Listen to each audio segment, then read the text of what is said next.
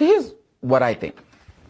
The single greatest challenge is we don't know who we are politically, do we? I mean, we can't define if we're capitalists, if we're nationalists, or if we're socialists. For the last 38 years, we have achieved so little as a country. I mean, we've reached some astounding heights as productive individuals.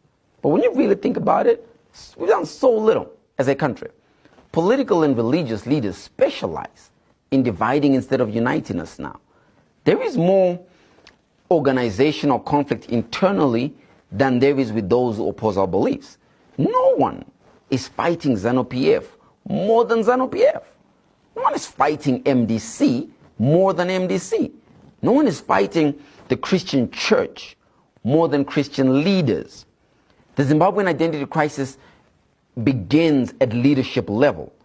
ZANU-PF post-independence had its identity championed by Robert Mugabe. MDC had the same with Morgan Tsvangirai. But if you ask MDC or ZANU-PF supporters right now what they stand for, they couldn't tell you.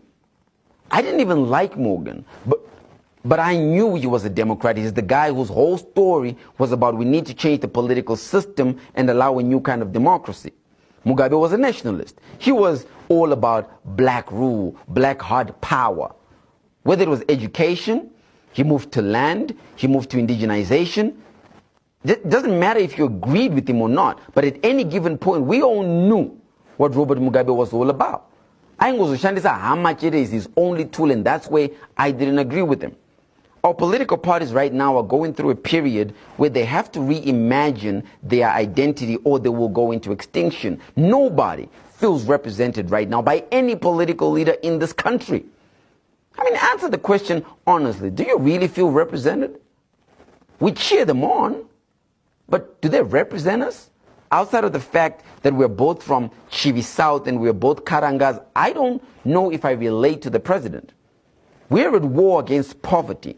And what we need is a commander-in-chief to get us out. Everybody's fighting for himself. Now, the price of living is gone high, but that's not the problem. The problem is you've tied our hands and you've tied our legs, so we can't even fight to survive. On one hand, you've got universities that are producing graduates that can be used by anybody for anything. Our young girls have been reduced to extreme sports athletes with their bodies busy in sexual exercise to get out of hell.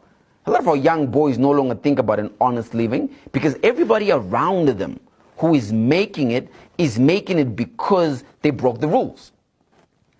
We can't even get our boys to stay sober long enough to execute any plan, and that's why we're losing them.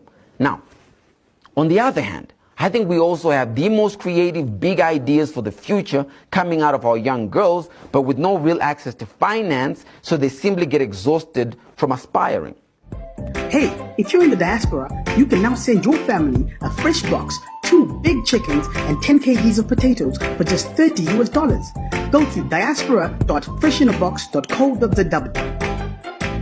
Supermarkets are charging a lot. So buy all the fresh bread for Fresh in a Box. So, while we have no identity, what we do have is an impeccable ability to survive, resilience, intelligence unmatched by any country on the African continent. We have schemers par excellence who can create models to fit any changing environment. We have citizenry deployed across the world, working in some of the world's largest institutions. We have big thinkers who have solutions for each problem this country has. Mr. President, this country has manpower that every other country would die for. It just needs a commander. In case no one has told you, Mr. President, you're talking to everybody, but you're not talking to the people. You don't need a spokesperson, not right now. I know you have a plan. In fact, I think it's a good plan.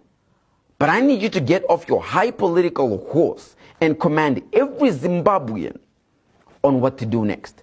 Organize us. You've done this before in the liberation struggle. Create clusters of production so we can become brutal in how we mine, in how we farm, in how we serve. The only way that you increase productivity is when you make me more productive. The only reason we spend our days on social media wasting time is because we're not productive.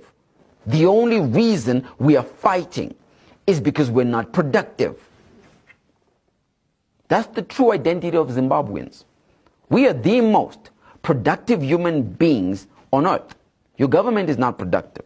It's a stadium for the looting Olympics, chasing looters one after the other.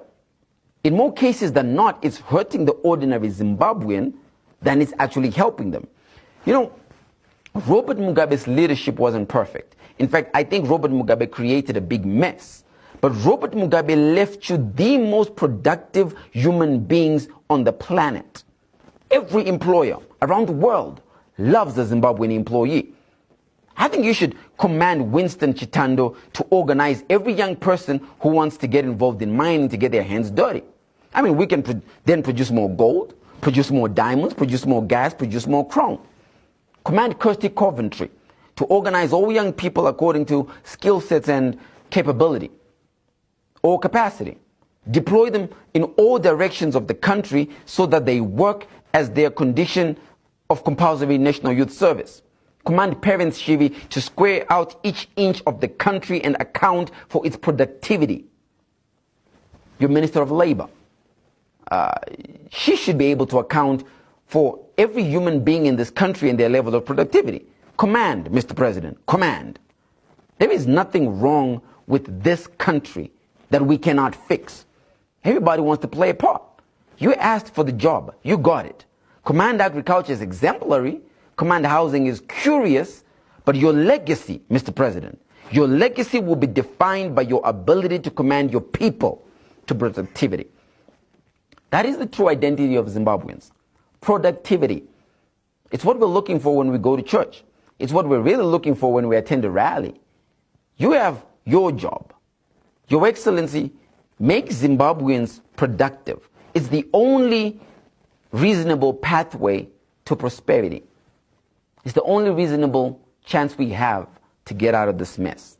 My name is Lumumba, and I'm the people's champion. Until next time, head back.